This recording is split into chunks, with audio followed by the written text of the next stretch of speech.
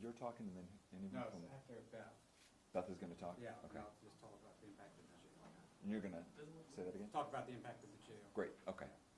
That's okay.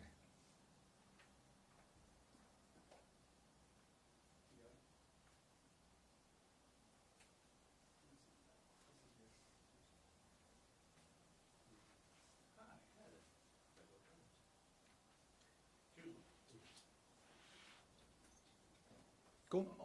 Cool. Hobby. Cool. You can look at it inverted if you want, or you can flip it around and look at it inverted. I'm fine. Is there say this down there?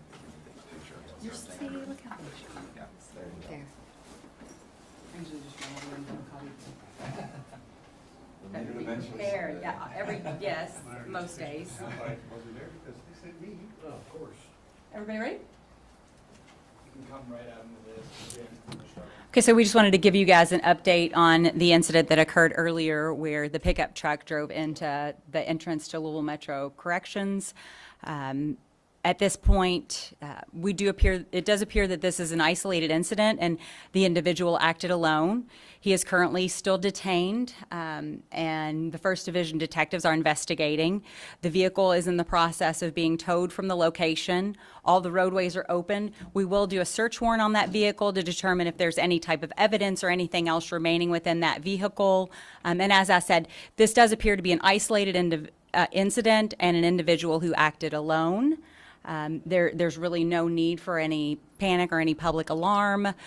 Officers in the area and throughout the city are aware of the incident and will be looking out for anything that is suspicious, and will be taking care of any of those incidents. Do you guys have any questions about this? Any idea why Metro Corrections?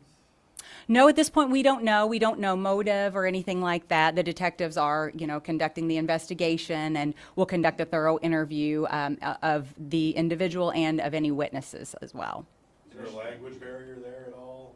I heard there might have been some kind of language barrier. He doesn't speak English, or is that not the case? He is not an English speaker. However, we have multilingual officers and we have translation services, so that a language barrier will not be an issue in this case.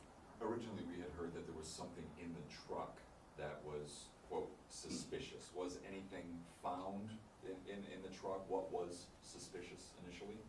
No, there was nothing that was found that would be necessarily suspicious. We did have an explosive detection dog that ran through the vehicle, and it did not alert. It did not have any type of detection on that vehicle. And is he of Cuban nationality, anything like that? Has that been determined yet? We have not determined that. What kind of charge are you looking at so far, Beth? At this point, we're looking at least criminal mischief at a minimum, but they will determine, the detectives will determine that. Especially where there was writing on the vehicle, did the driver make any declarative statements, political statements? At this point, all of the investigation is still preliminary, and we won't be able to speak to any statements that he's made at this point. So when he is booked in Louisville Metro Corrections, you guys will be able to obtain a copy of that citation, which may perhaps contain some more of that information. At this point, I'm going to defer it to Louisville Metro Corrections, Steve Durham. Thank you, guys. I'm Steve Durham, Assistant Director, Louisville Metro Department of Corrections. So just give you a little bit of update from what we talked about a little bit earlier today. We've had the building examined. It does not appear to be any significant structural damage to the building. Looks like maybe a cinder block has been knocked a little bit. Some of the concrete has been separated. The front of the building doesn't look like there's any damage, significant damage to the front of the building. So looks like it's going to be an all clear on that, and it will return back to normal operations tomorrow. When the event occurred, we did remove everybody from that front side of the building where the administrative offices are, those top 3 floors. And so tomorrow we expect everybody back into their workspace and under normal operation. Any questions?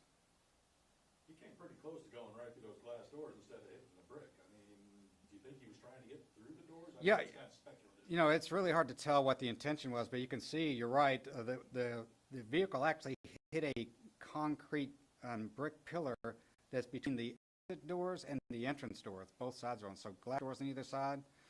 Fortuitous, nobody was in that space, nobody coming or going, very busy place, but today was empty.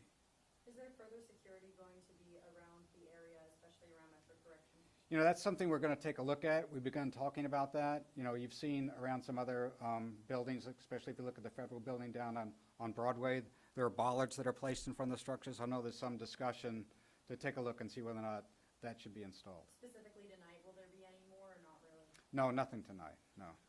How do you believe that this was intentional? I didn't make any declaration that it was intentional, and I don't know. I don't know what anybody factors that a person had to make that declaration.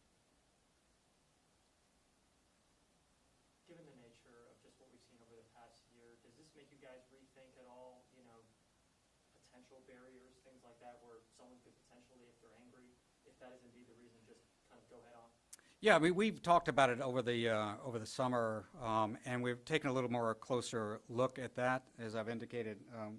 We're going to look at whether or not we should be thinking about putting in, and that's going to be a conversation with the mayor's office and with facilities management as to whether or not there should be some protective bollards that are placed on the sidewalk in front of the structure. So we'll take a look at that, definitely. Have you determined if this person had any connection or relationship with anyone either working here or as an inmate here?